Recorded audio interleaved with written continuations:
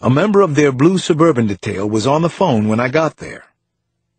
The LAPD detail consisted of 2 lead detectives, 24 field agents, and a clue coordinator, Merrill Snyder, who was on the line with us. Snyder started with his overview of the search.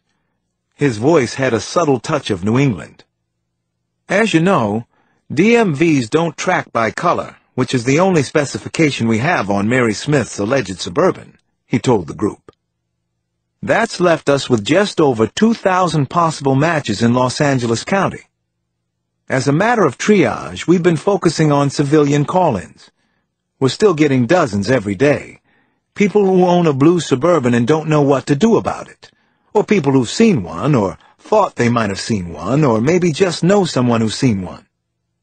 The hard part is recognizing the worthwhile 0.001% of calls from the other 99.99. So why did this one spike? I asked. It was a combination of things, Snyder told us. Plenty of leads had some individual compelling detail to them, but this one had a convergence of suspicious factors. This guy called in about his neighbor, who's also his tenant. She drives a blue Suburban, of course, and goes by the name Mary Wagner. Eyebrows bobbed around the room.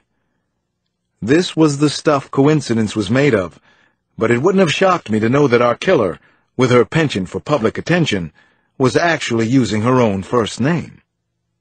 She's a virtual Jane Doe, Snyder went on. No driver's license here or in any state for that matter. The plates on the car are California, but guess what? They're stolen, someone muttered from the rear. They're stolen, said Snyder, and they don't track. She probably got them off an abandoned car somewhere.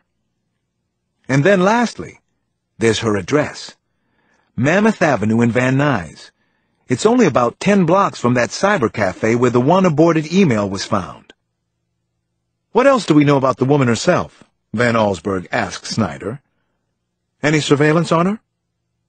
An agent in front tapped some keys on a laptop, and a slide came up on the conference room screen.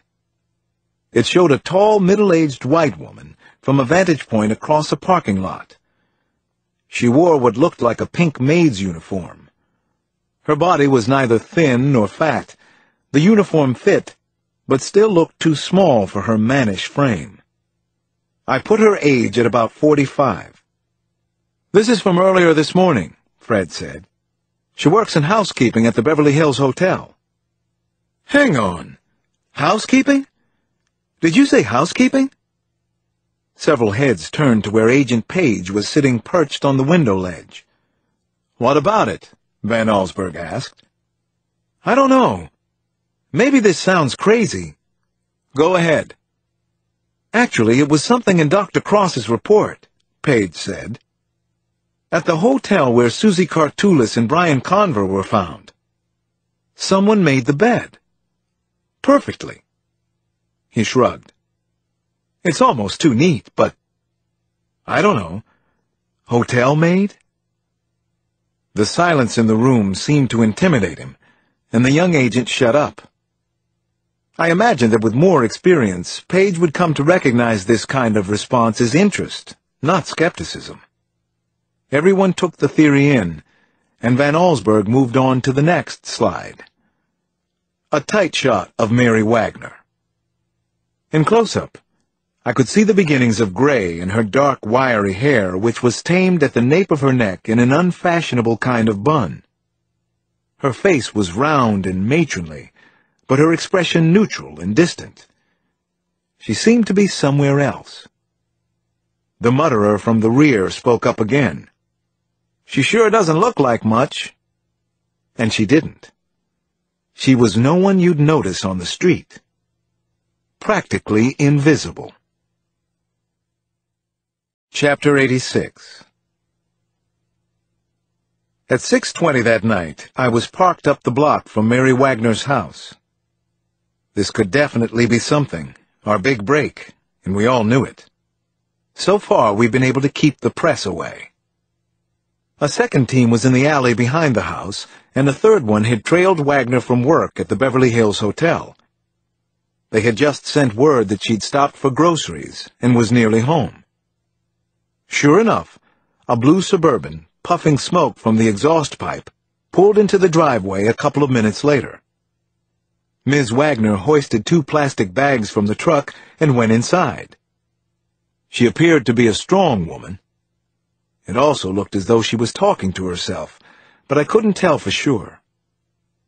Once she'd gone inside, we pulled down the street for a better view.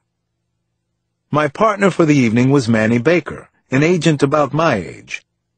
Manny had a good reputation, but his monosyllabic responses to polite conversation had long since dropped off to silence. So we settled in and watched the Wagner house in the gathering dusk. Ms. Wagner's rented bungalow was in poor shape, even for a marginal neighborhood. The gate on the chain-link fence was completely missing. The lawn overgrew what remained of the brick edging along the front walk. The property was barely wider than the house itself, with just enough room for a driveway on the south side. The Suburban had nearly scraped the neighbor's wall when she pulled in. Jeremy Kilbourne, the man who had called in to us about the Suburban, lived next door and owned both houses. We'd learned from him that Ms. Wagner's bungalow had belonged to his mother until she died 14 months prior. Mary Wagner moved in shortly after that and had been paying cash rent on time ever since. Kilbourne thought she was a weird chick, but friendly enough, and said she kept mostly to herself. Tonight, his house was dark. He had taken his family to stay with relatives until Mary Wagner was checked out. As dusk changed to night, it grew quiet and still on the street. Mary Wagner finally turned on a few lights and seemed to settle in. I couldn't help thinking, life of quiet desperation. At one point, I got out my mag light and my wallet, and I stole a glance at the pictures I had of Damon, Janny, and little Alex, wondering what they were doing right now. In the dark, I didn't have to worry about the goofy grin it put on my face. For the next several hours, I divided my attention between Mary Wagner's unchanging house and a file of case notes in my lap. The notes were more of a prop than anything else. Everything there was to know about Mary Smith was already lodged in my head. Then I saw something. Someone, actually. And I almost couldn't believe my eyes. "Oh, no," I said out loud. "Oh, Jesus." Poor Manny Baker almost jumped out of his seat. Chapter 87. "Hey! Truscott! Stop right there!" I said stop! I got out of the car and I saw the writer and his photographer approaching Mary Wagner's house. What in the hell were they doing here? We were about the same distance from the bungalow, and suddenly Truscott started to run for it. So did I, and I was a lot faster than the reporter, and maybe faster than he thought I might be. He gave me no other choice, so I tackled him before he got to the front door. I hit him at the waist, and Truscott went down hard, grunting in pain. That was the good part, hitting him. What a mess, though. A complete disaster. Mary Wagner was sure to hear us and come out to look, and then we'd be blown. Everything was going to unravel in a hurry now. There wasn't much I could do about it. I dragged the reporter by his feet until we were out of sight from the Wagner house, and hopefully out of sound. "I have every right to be here. I'll sue you for everything you have, Cross." "Fine, sue me." Because Truscott had started to scream at me, and his photographer was still snapping pictures, I put him in a hammerlock, and I ran him even farther up the street. "You can't do this! You have no right!" "Get her! Take that camera away!" I called to the other agents coming up from the rear. "I'm gonna sue your ass! I'll sue you and the Bureau back to the Dark Ages, Cross!" Truscott was still shouting as 3 of us finally carried him around the first corner we reached. Then I cuffed James Truscott and shoved the writer into one of our sedans. "Get him out of here," I told an agent. "The camera woman, too." I took one last look into the back seat before Truscott was hauled away. "Sue me. Sue the FBI. You're still under arrest for obstruction. Take this lunatic the hell out of here." A few minutes later, the narrow side street was quiet again, thank God. Frankly, I was amazed, stunned. Mary Wagner, this supposedly careful and clever murderess, seemed not to have noticed. Chapter 88. Mary Wagner got a lot more sleep that night than any of the rest of us. James Truscott spent the night in jail, but I was sure he'd be out in the morning. His magazine had already put in a complaint. He hadn't missed much of anything, though.